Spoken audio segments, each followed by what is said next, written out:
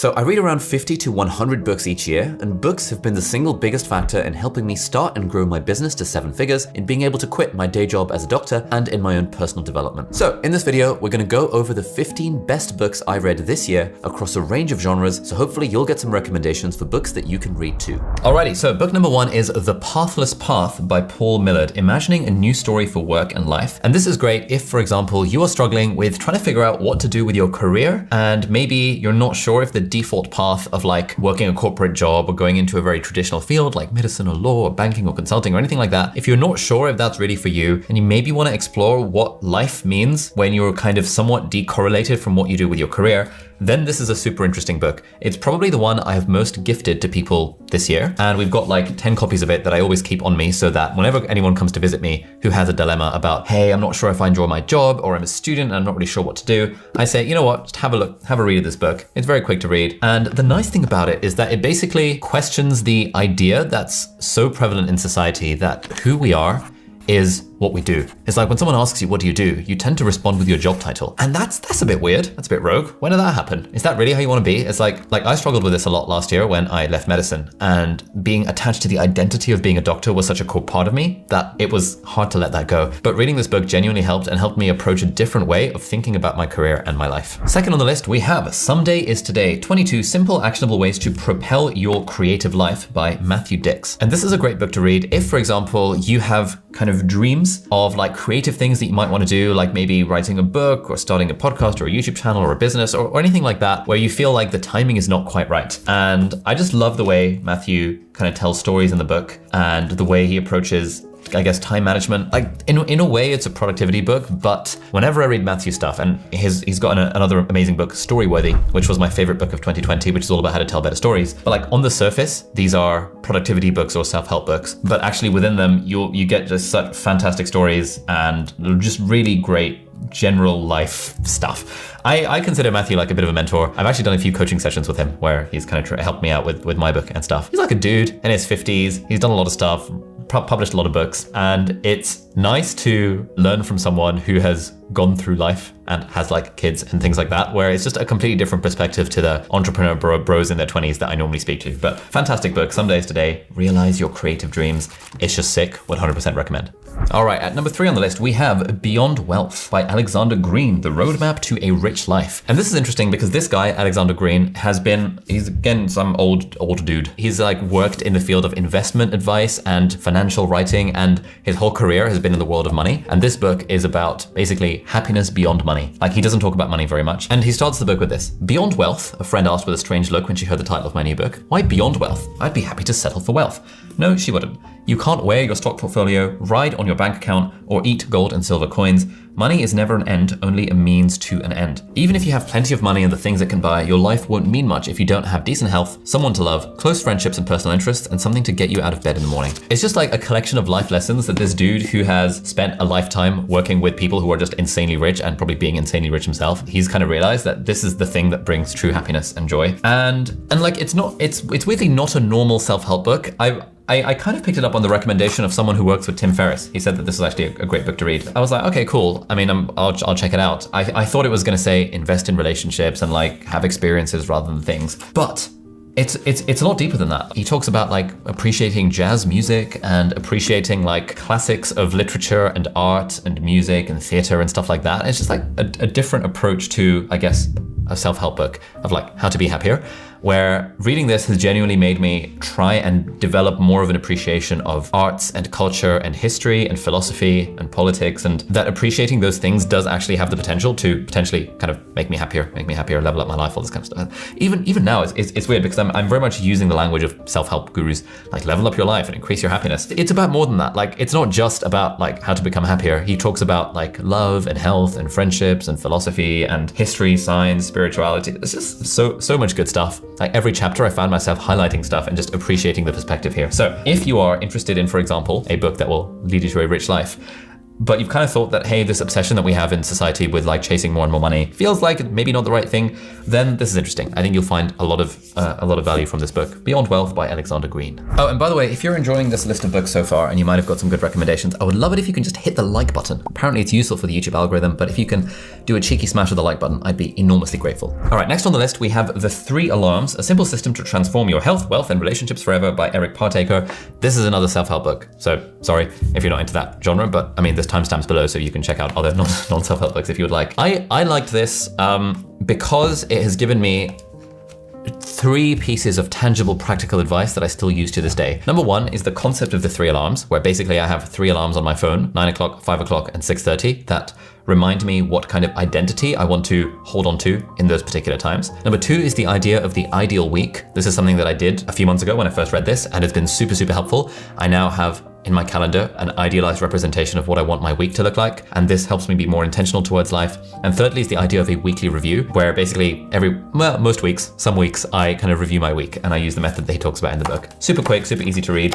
And again, the thing I like about this is that even though he's like a CEO coach and it's technically like a business book and would be in the business category, he talks about kind of health, wealth, and relationships as like being the 3 key areas of life. And I think a lot of us can over-index on the wealth part and the career part and the success part and neglect our health and our relationships. So the thing I liked about this was that it really encourages you to take a almost businessy approach to things like health and relationships. Sounds weird, but it's not. It's just about being intentional with it in the same way that you'd be intentional about your stocks portfolio or about your business planning or things like that. So yeah, if that sounds up your street, check it out. The 3 Alarms by Eric Partaker. Next, we have The Art and Business of Online Writing by Nicholas Cole. While I have recommended mostly The Pathless Path for people who are struggling to figure out what they want to do in life, The Art and Business of Online Writing is the book that I've most often recommended to people who have decided that, for whatever reason, they want to make a career or make money through some kind of internet creator type thing, whether that's writing or podcasting or videoing. I think this book, even though it's about online writing, has really good lessons for how to do this, whether like even outside of writing. And Nicholas Cole's story is amazing. I actually met him yesterday. He featured on my podcast, Deep Dive, link down below. You know, we met in real life for the first time, and it was great talking to him. And he talks about his, in the book, like his background as being like a pro World of Warcraft gamer when he was like 17, and how that ended up kind of not being able to make him a living, and how he discovered writing on the internet, and now he makes like 7 figures plus every year through online writing, which feels a bit rogue. Everyone I've recommended this to has said that this has just been a game-changing book for them in the world of online creatory type stuff. So if you're in that world or interested in potentially being in that world, check this out, The Art and Business of Online Writing by Nicholas Cole, 100% would recommend. And next we have an absolute classic, which I'd never read before this year, The 7 Habits of Highly Effective People. It almost feels weird to be recommending this book because this has been around for like decades, over 40 million copies sold. That's insane. That's absolutely ridiculous for a nonfiction book, in fact, for any kind of book. And I've just seen this so often. It's just such a staple in the productivity self-help genre that I kind of thought, it's almost like the 4-Hour Workweek, where it's been recommended so often that like, surely there's nothing new here. Surely everyone has already figured all this stuff out. But I started reading it and I was just blown away by how incredible this book is. And in a way, this is probably the best self-help book I've ever read, which is probably why it's I think the world's most successful, most famous self-help book, possibly other than How to Win Friends and Influence People. And it's just incredible. Like, I was, again, if you look at the table of contents, if you read a summary of the book, like I'd seen summaries of this. I'd read summaries of the 7 Habits. I was like, okay, whatevs. There's nothing interesting here. Fine, be proactive, fine. Begin with the end in mind. But these 7 habits are just, like when you actually read the stories in the book and appreciate where Stephen Covey's coming from, he's also a dad, and so he uses loads of like parenting examples and examples from like real life. Again, this is not someone who is like a bro in their 20s trying to give someone life advice. This guy has like lived life and coached a ton of people and has distilled basically everything around success into these 7 habits. And a remarkably large part of this is about emotional intelligence and about appreciating the emotional ingredients to success and to living a good life, emotional and empathetic communication and stuff. And that's just absolutely not what I was expecting when I picked this up. I thought it was going to be a quote standard self-help book that just talks about how to be more productive. I know, it was sick. So if you have also been putting this off, like I did, for years because it seems too mainstream, then it's really good. Probably the single best self-help book I've ever read in my life. So if you like the genre, you got to read this book. 100% would recommend. Oh, and by the way, if you're enjoying this so far and you too have read something in this year that you have enjoyed, I would love it if you can leave a comment down below. What would you recommend to me for me to read? leave a comment down below. We'd love to see, and it'd be nice to crowdsource some of these comments and get some book recommendations. Okay, next on the list, we have a very short, very tactical book by Daniel Priestley called Scorecard Marketing, the 4-step playbook for getting better leads and bigger profits. This is relevant if you have a business or if you want to start a business. It's not relevant beyond that point. So if you don't want to start a business, you can completely skip this one, or if you don't have a business, don't worry about it. But if you do have a business or you want to start one, this book basically talks about how everything is downstream of lead generation, and essentially how you can kind of understand why people buy stuff and then how to sell people stuff by solving problems for them through this idea of scorecard marketing. He also has a software called Score app, which we started using in the business. We'll put a link down below. I think we're going to invest in it as well, or we have already invested in it because we're now mates with Daniel Priestley and it's just good. So you can check out the software, but even if you don't want to check out the software, the book is really good for marketing in particular. And I think like marketing was a particular or still is a particular weakness of mine. I've never really thought much about marketing. I've never really tried to read much about marketing, but it's clearly a super important part of any business. And now that I've read Scorecard Marketing, and I also read the 12 Immutable Laws of Marketing recently, I feel like I'm a bit more leveled up in that field, and I'm actively reading more in that field to just improve my general business chops, because sales and marketing, super important stuff. Is it 22? Yeah. I've just been told it's 22 laws rather than 12 laws, whatever. Anyway, next on the list we have What We Owe the Future by Will McCaskill, A Million Year View. I've done a book club episode about this that'll be linked up there, but basically what it argues is, the position of long-termism, that we should care about the lives of people who are not yet alive today. And it's interesting. Like, I wouldn't say that I 100% agree with everything in the book, and this book is particularly interesting in light of the whole Sam Bankman-Fried FTX stuff, because, a lot of people view long-termism as a philosophy as being too utilitarian, potentially. Like, apparently someone described this book as a cross between a philosophy academic textbook and a pamphlet for activists. And I think that's a reasonable summary. Like, I feel like reading this leveled up my own understanding of philosophy and what sort of stuff moral philosophers and stuff think about, the ideas of stagnation, the idea of moral change. And I also feel like it gave me a little bit more of an appreciation for things like the risks of AI and nuclear war and bioterrorism and moral value lock-in and these other things that he talks about. I have an interview with Will on my podcast Deep Dive that'll be linked down below up there as well if you would like to check that out, if you would prefer to listen to I think we did that interview before I read the book. And so it's like, that's me being a total noob and him explaining some of these key ideas to me. And then I read the book when it came out. So if you are interested in philosophy, if you're interested in potentially kind of having an impact with your life or with your career or with your money or with your time, this is interesting. I'm not necessarily saying it's going to completely change the way you look at the world. It kind of did for me in that I didn't know about this long-termism stuff until I read the book, and now I do. And so I feel like I've got this firmware update in my mind. But yeah, What We Owe the Future. Good stuff. Stephen Fry says, a book of great daring, so realistic, so optimistic, so damn readable, a miracle.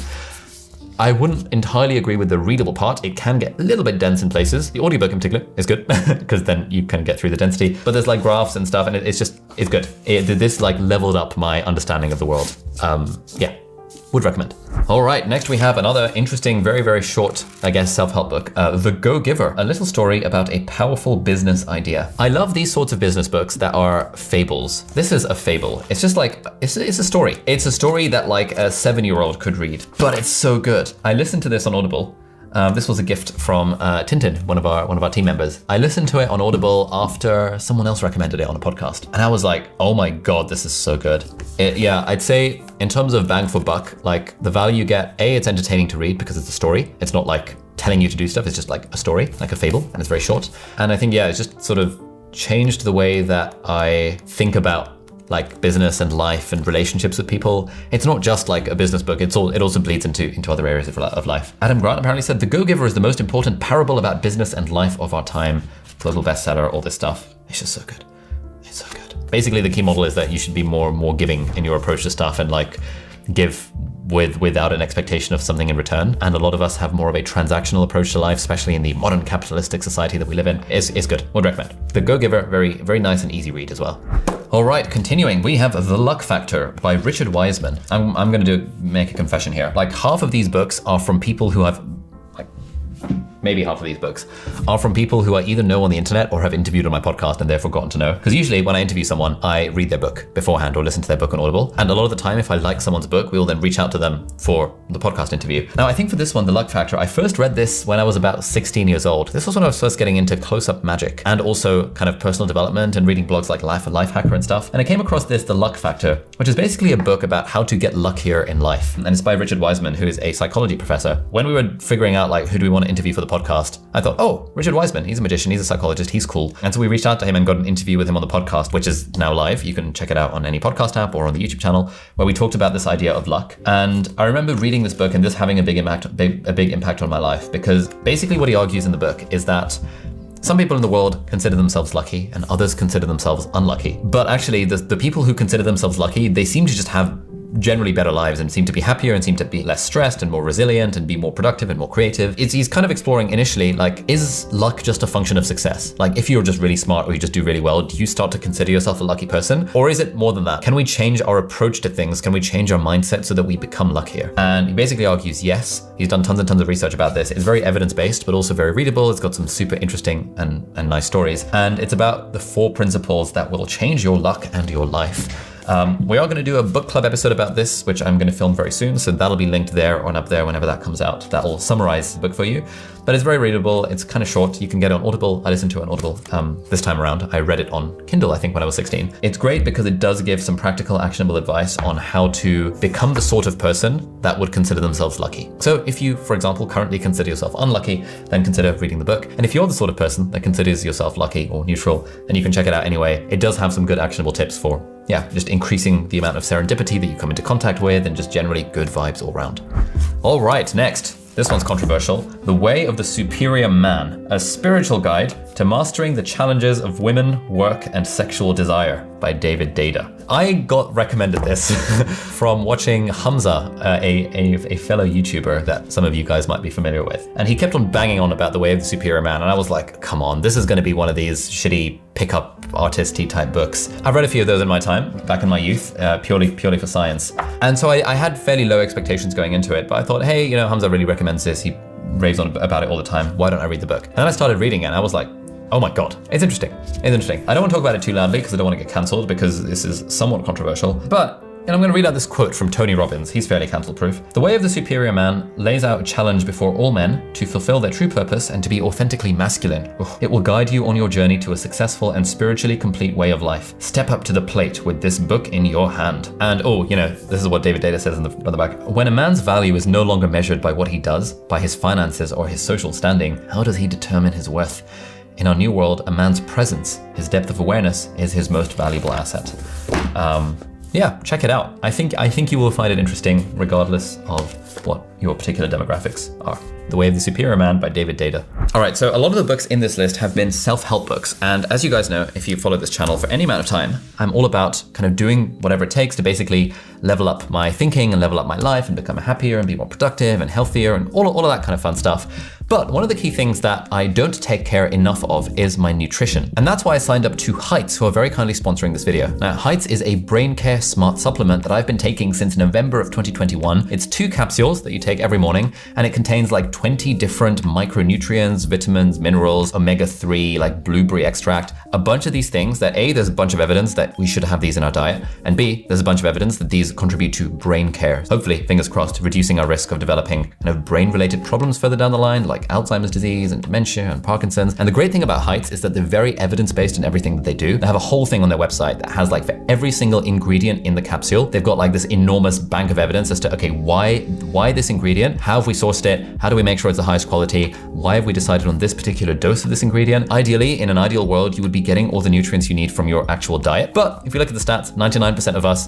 in the Western world don't actually have the perfect Mediterranean gold standard diet. I certainly don't. I live off takeaways quite a lot. It's not very good, despite all the self-help books I read. And so the nice thing about Heights is that it lets me cover my bases when it comes to micronutrients without having to do annoying stuff like drinking green sludge or anything like that. It's super easy to sign up if you want to try Heights out. Just go to yourheights.com and you can sign up to the monthly or the quarterly subscription. It just comes in through your letterbox. It's nice and easy. I pay for the quarterly subscription because it's fewer deliveries and I get like 3 months worth of it in one go. And this is what I have every morning with water, along with my finasteride, which is a tablet I take for my hair loss. Anyway, if that sounds good, then head over to yourheights.com. And if you use the coupon code ULI15 at checkout, that will give you an additional 15% off the already discounted price of the quarterly subscription. So thank you so much, Heights, for sponsoring the video, and let's get on with the list. All right, next we have $100 million offers by Alex Hormozi. How to make offers so good people feel stupid saying no. Again, if you are starting a business or if you run a business, this is, I think, required reading. And I'd kind of been following Alex Hormoz's journey. He's just absolutely blown up on YouTube and TikTok and Instagram and stuff this last year or two. And I knew he had a book. And I was like, whatever. And then like dozens of people, well not dozens, like 5 to 10 people all independently recommended that, oh my God, you've got to read $100 million offers. And so I listened to the audiobook, then we got the physical book, and it's bloody incredible. Like literally, as soon as I started listening to it, I sent it to everyone in my team being like, guys, we all have to listen to this right now. And we need to just basically follow it step by step for all of the products that we make from now on forevermore, because it's just an incredible distillation of like how to craft an offer, how to create a pitch when it comes to selling something, how to make offers so good that people feel stupid saying no. It's just sick. 100% would recommend if you run a business or if you're thinking of starting a business someday. Okay, 2 more non-fiction recommendations before we go on. Sadly, I don't have the physical versions of them. We've ordered them from Amazon, but they came late in arriving. These are both audiobooks that I listened to. The first one is Sapiens. Yes, I finally listened to / read Sapiens this year, even though people have been banging on about it for the last like God knows how long. It seems like everyone I know owns a copy of Sapiens. Very few people I know have actually read Sapiens, but it's again one of those things like the 7 Habits where it was almost too mainstream. I was like, I don't know, what's this book even going to be? Like everyone's talking about Sapiens, it can't be that good. And then I started listening to it and I was like, okay, I can see why everyone's talking about this. This is really, really, really good. And the reason I got into Sapiens is that I decided this year, partly after reading Beyond Wealth, that I wanted to get more into history and care more about the history of the world and understanding what the deal with history is. And you know, when I go to places, I go to museums and I'm like, museums are a waste of time. But the reason I think museums are a waste of time is because I don't have the historical context to appreciate what is going on in the museums and what's interesting about archaeological sites and stuff like that. And Sapiens, you know, it's a brief history of humankind. It genuinely is a brief history of humankind. And I feel, again, like listening to Sapiens, I was just like blown away by how good a book it is to read. And like just the writing in it, it's just kind of funny, made me laugh out loud in parts as well. And it also just, I feel like, has leveled up my understanding of the world in a nice way, in a very, very, very readable way. So if you're interested in getting into history, or you haven't yet read Sapiens and you've been putting it off like I did because everyone seems to be talking about it. I also know about 50 people who have started reading Sapiens but couldn't finish it because it feels a bit dense. This is why the audiobook is really good. Like, Audible are not even sponsoring this video, but I just bang on about them all the time. We'll put a link down below if you want to check it out. But in particular, as an audiobook, it's good because you can just passively listen to it, and it's really, really, really good. And then one more non-fiction book we have before we turn to some fiction book recommendations, and that is The Surrender Experiment by Michael Singer. This is super interesting. This is in the realm of spirituality. It's like this dude who discovered at like the age of 21 that, you know, he asked this question like, what is that voice in my head? Just trying to answer this question of what is that voice in my head led him down this whole path in like yoga and meditation and Zen Buddhism, and he ended up opening his own monastery, and he ends up becoming like CEO of this sort of billion-dollar medical tech company. And it's called The Surrender Experiment because he decides at some point in his 20s, he's just gonna, from now on, surrender to the flow of life. And he's just gonna say yes to things that come his way, and he's just gonna surrender and he's gonna see what happens. And this journey takes him to absolutely insane places. I was like actively going for walks around the block because I wanted to listen to more of this rather than actually doing work or filming videos, because it was just so gripping, especially the first half. So yeah, Surrender Experiment by Michael Singer, if you've ever been interested in the idea of spirituality or yoga or meditation or anything along those lines. All right, 2 more, and now we have fiction books. So the first one I want to talk about is The 7 Husbands of Evelyn Hugo. This is a book that was recommended to me by Grace Beverly when I had her on the podcast, and apparently went like viral on TikTok, and it's sick. I listened to it on audiobook. Great book, very nice read. Everyone I've recommended it to since has said this was a really good book. It's kind of about this actress called Evelyn Hugo who was like famous in the 40s or 50s or something like that. And it talks about her journey through like being in Hollywood and all the things she has to do to kind of get ahead, and how the film industry treats women and their sexuality and all of the weird stuff that goes on there, and how she navigates all of those with like various husbands along the way. It's so good.